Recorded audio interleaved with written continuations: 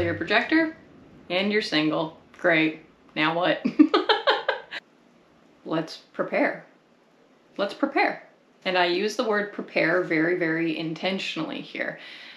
Projectors, it's very commonly understood, really beating a dead horse with this one. We gotta wait for the invitation. Cool. Wait for the invitation. What do I need an invitation for? What does it look like? What do I do in the meantime? When it comes to projectors and the other, you need an invitation whenever you're going to get involved with somebody else. Whenever you're going to be penetrating their aura and likely trying to guide them, you want an invitation. The invitation is really energetic consent. If you're going to be in a relationship with someone, that definitely requires recognition and invitation. So let's prepare for that. Waiting is an active process as a projector. You're getting ready, you know? If getting into a relationship is taking the test, you're gonna wanna know your topic beforehand. You're gonna wanna study in some capacity. So how do you prepare to be a projector in a relationship? Step 1, don't let the not self parts of you take over. Otherwise, you're not going to be recognized and invited. If you don't act like a projector, you're not going to be recognized as a projector. If you try and generate or manifest your way into a relationship, those partners, those potential partners, they're going to expect you to continue the ruse that you started with. Act like a generator, they're going to expect a generator. Act like a manifester, they're going to expect a manifester. And there goes your real recognition. And as soon as you're in the relationship, you're bitter. So what was the point of rushing into one as your not self? I do not suggest that as a projector, you go to places where you are not recognized, where you are uninvited. Don't initiate yourself into things. Don't show up, especially in group events, hoping that you're going to be actually noticed, hoping that you'll be recognized, that you'll either be asked by someone else or initiated by someone else. All of those little hopes, well, maybe if I just... Nope. I have a theory, and it's just a theory. Of course, theories are open for conversation. I don't know if you can hear that background wind, but holy, it's super windy today. It's a little bit distracting, I'll be honest. I think that some of the best projector relationships start at work. And I don't mean like with colleagues or anything like that. But when a projector works in their system, the thing that they have a reputation for, the place they're already successful for, there are many ways in which you will end up in a one-to-one exchange with somebody else. And in that moment, it's like everything is setting it up for success, for further recognition. And I think that's where like the initial like, hey, you're really good at this. Hey, you're really aware of this. Hey, how did you see this? Hey, I noticed you. Like there's an opportunity for something to be noticed. And I think that there is a long-term benefit to relationships that start for projectors when the projector is first being seen and recognized in their place of success. I don't want to call it their place of work. I want to call it their like external place of success. Because when you meet a potentially new partner and they're seeing you in the area that you're already recognized in, it starts to create awareness of like what this individual is outside of the potential relationship that they're going to have with someone. Now, when projectors meet their partners outside of where they are recognized for their system, recognized for their success, have their reputation, the potential partner doesn't know what makes the projector feel most successful, most recognized. Let's say I meet a potential partner when I'm out at a restaurant.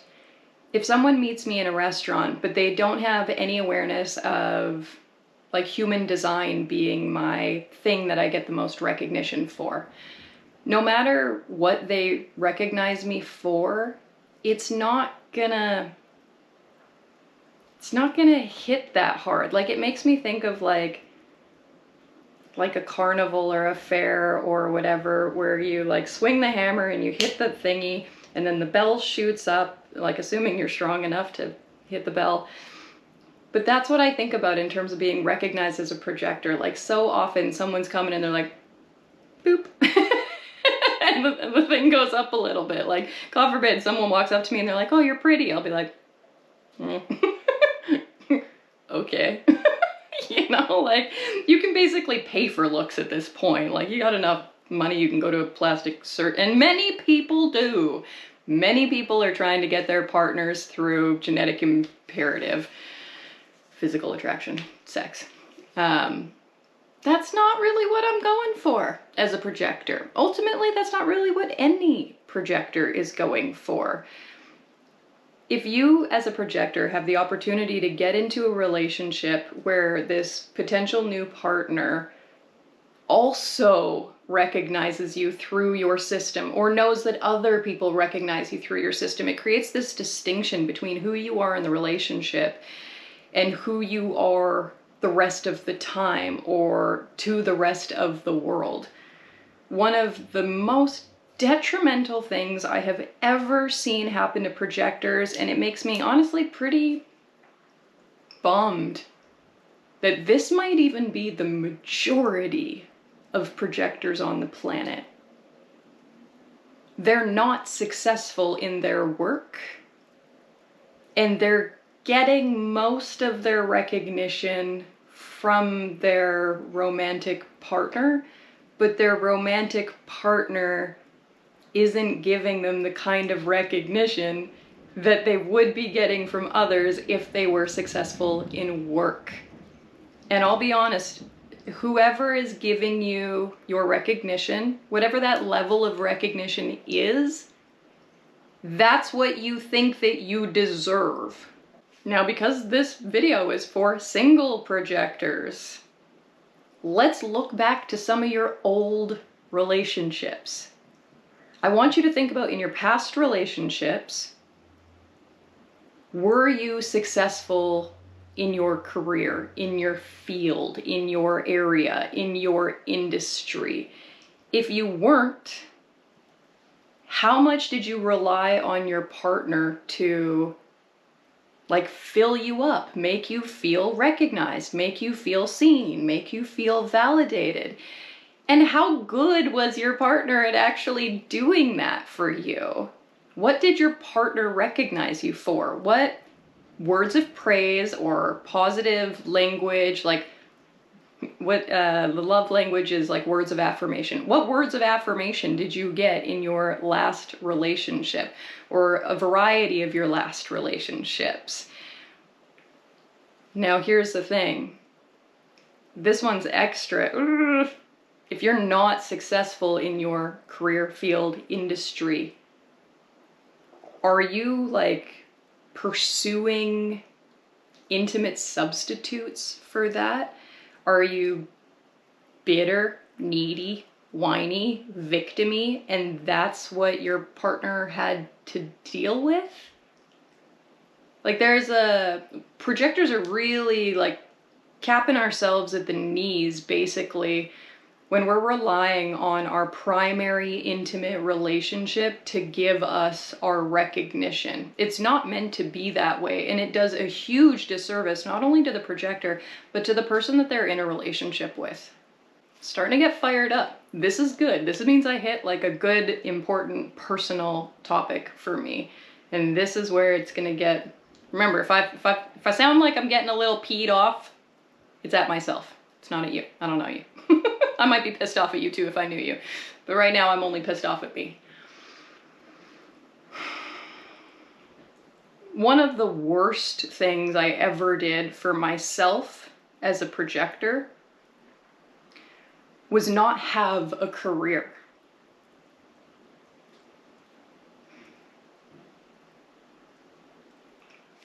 When projectors are in relationships, our partner becomes our primary, I don't even know what to call it, like the person we guide. There is no label for these things. The guidee, the guider and the guidee. Like, I don't think there's language for this. But they get so much attention from us. They get so much of a focus from us. And because projectors are systems people, if you don't have an external system outside of your relationship that you are really good to the point where you're recognized in it, you will take your partner and you will turn them into a system. You will try and learn them, know them, hack them. You will try and literally make your partner become a more efficient something. That's what we do. That's what projectors do. We try and find a system, hack it, and make it more efficient. That's what you end up doing to the people that you're in relationship with. If you're not successful in your career, you're going to attempt to be successful, not with your partner, but like on your partner. Like your success will come from you thinking that you're doing a good job, like guiding your partner. I can't tell you how many projector clients I have who are not experiencing success in their career. And I find out very quickly it's because their relationships are getting way too much attention from them. Like way too much attention from them. I'm like, stop putting so much attention there. Put your attention over here. The irony, when you stop putting your attention on this partner, who by the way is like, ugh, ugh, stop poking me. You put your attention over here, suddenly this partner's like, oh, where'd you go? Why aren't you poking me? Oh my God. If you're a projector and you leave a relationship, they pretty much always want you back. They're like, where did my attention go? I was getting so much of it. It's like, yeah, and your projector wasn't experiencing any success. They're broke. They're recognition hungry. Man, bitter projectors are almost always broke projectors because they don't know where to put their focus. They don't know where to put their attention. If you are a single projector, don't focus on yourself. Certainly don't focus on any of your past relationships. And don't even get too like fantasy, idealistic, dreamy about what your future relationships are. It's not about like looking out there. Please don't go seeking. It is so much about learning your system. Learning your system is going to give you a kind of security that lasts, that feels like you're putting your foot on something solid. If you know your system, the coolest thing is being really good at a system is exactly how your next partner is going to recognize you. And you're going to have something that is separate from your relationship, which means that your new person isn't going to become your new system. And there's a possibility that if a person becomes your new system, you are going to completely ruin or dismantle your relationship in the system that you're actually recognized in. We have to be so careful, like where we put our focus, we get kind of locked in, and you have to be really careful because 7-year cycles are a real thing. You enter into the wrong relationship, not according to your strategy, and God forbid, not according to your authority. You're basically looking at locking yourself into a 7-year sentence with somebody that brings out your not self qualities. That sounds terrible. If you're a single projector, don't get super caught up trying to know who you are. That's a generator trip. It's not about knowing who you are. Again, it's about knowing your system. But, caveat, if you are a projector who feels like their own self-perspective has been really screwed up because of past relationships or things other people have told you, like if you feel either one, totally clueless in who you are, or you think, I have like unnecessarily low self-worth or self-esteem, I need somebody to help me recognize myself, then I definitely suggest getting a projector friend or going for a projector reading. Personally, if I'm gonna advertise somebody, Barbara Ditlow is a fantastic projector. Fantastic. I believe her website is humandesignconsulting.com. I'm not sure I've actually ever given a shout out like that to somebody, but the reason that I'm comfortable saying Barbara is because that's who I go see. She puts me back in check. She validates a lot of who I am, and it's not like she tells me something that I don't know. It's that it's validating. It's a reminder. It's fortifying. That's really what it feels like. Is it feels like, yeah, like I feel recognized enough to be what I am, you know, to take up the space that I take up. Like, I feel recognized, I feel seen, I feel worthy, I feel in touch. I don't know what the right word is, it just feels good. But what you don't want to do as a projector is the self-study trip. Like, why am I like this? Don't do that. All right, I'm almost ready to wrap this one up. Let's say you're a single projector and you're dating. Here's a fascinating one.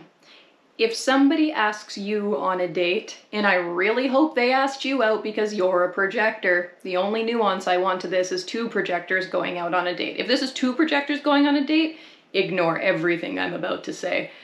But if you're a projector being asked out by another type, be honest with yourself about where the compensation is coming from. If you're being asked on a date, you're not paying for that date.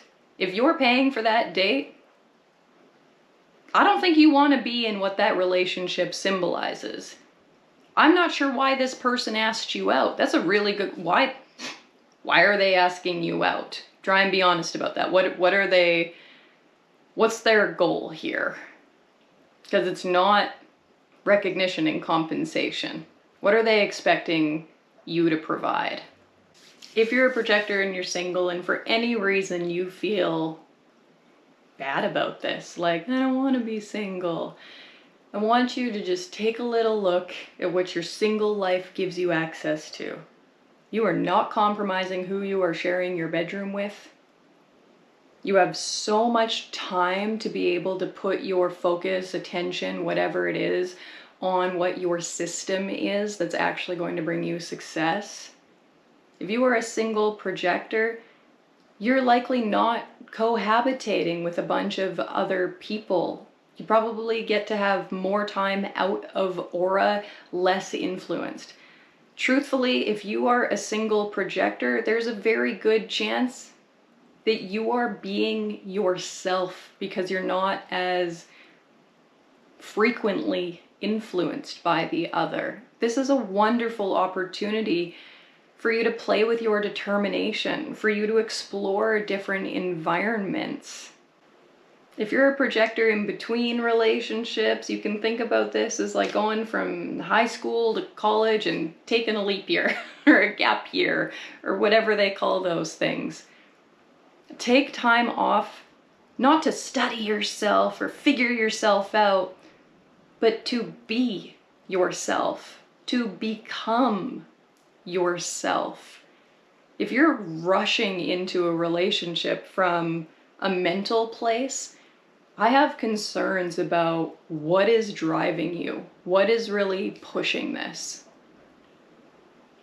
And if you're a projector who's single, but you are still sexual, however that looks for you, I got questions there too. If you're a projector and you're consistently going out and having casual sex with generators, you're probably not really ready to be the projector that you have the potential to be. You're probably a projector who's experiencing some sacral addiction. And there's a video on sacral addiction if you need to go look that up.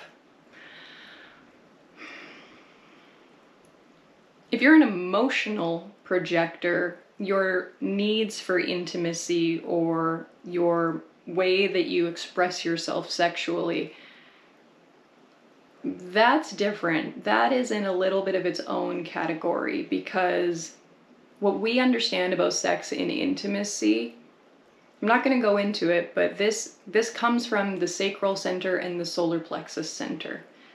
But if you're a projector and you're not an emotional projector, you don't have a drive or the availability that most other beings do have. If you're a projector who maybe has had a lot of sex and now you're single and you're not having a lot of sex, it's really interesting to see what comes up for you. How frequently do you feel the need to have it? Or how frequently do you feel the need to even orgasm?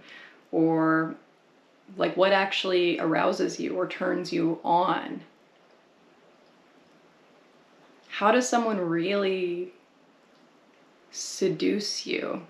And how much of what you think you like when it comes to sex is either a mental fantasy or a mental idea, or the conditioned result of past relationships? If you're currently a single projector, this is a very good time for you to decondition. And really that's what I mean when I say prepare. You have the opportunity to prepare right now for the invitation that is coming into your next relationship. I think projectors have a tendency to focus too much on like, will I get the invitation? I know that you'll get invitations. It's not my concern. My concern more is that when the next invitation comes, are you prepared enough? Are you aware enough? Are you deconditioned enough to have really high standards for what that relationship is going to be? Because if you don't have high standards, you're going to get into a relationship just to validate some not self aspect. And it's going to take time, and it's going to take energy, and it's going to take feelings. And you might accidentally lock yourself into a 7-year cycle, and then you just have another thing to get out of again down the road. I prefer to help projectors get into relationships that are going to feel really good for a long time, that are actually going to last. And of course, I did not come here today to say all of these things because I think I'm doing it right. I'm 34. I have quite a bit of relationship experience, but I'm going to have significantly more relationship experience over the next 20, 30 years. So much of what I have to say comes from understanding and learning the hard way what doesn't work. And how third lines really learn is at some point we learn, I'm not doing it that way anymore. It doesn't work for me. It's not efficient. It isn't bringing my success. So hopefully some of my hard lessons translated to something that feels, I don't know, useful for you, practical for you.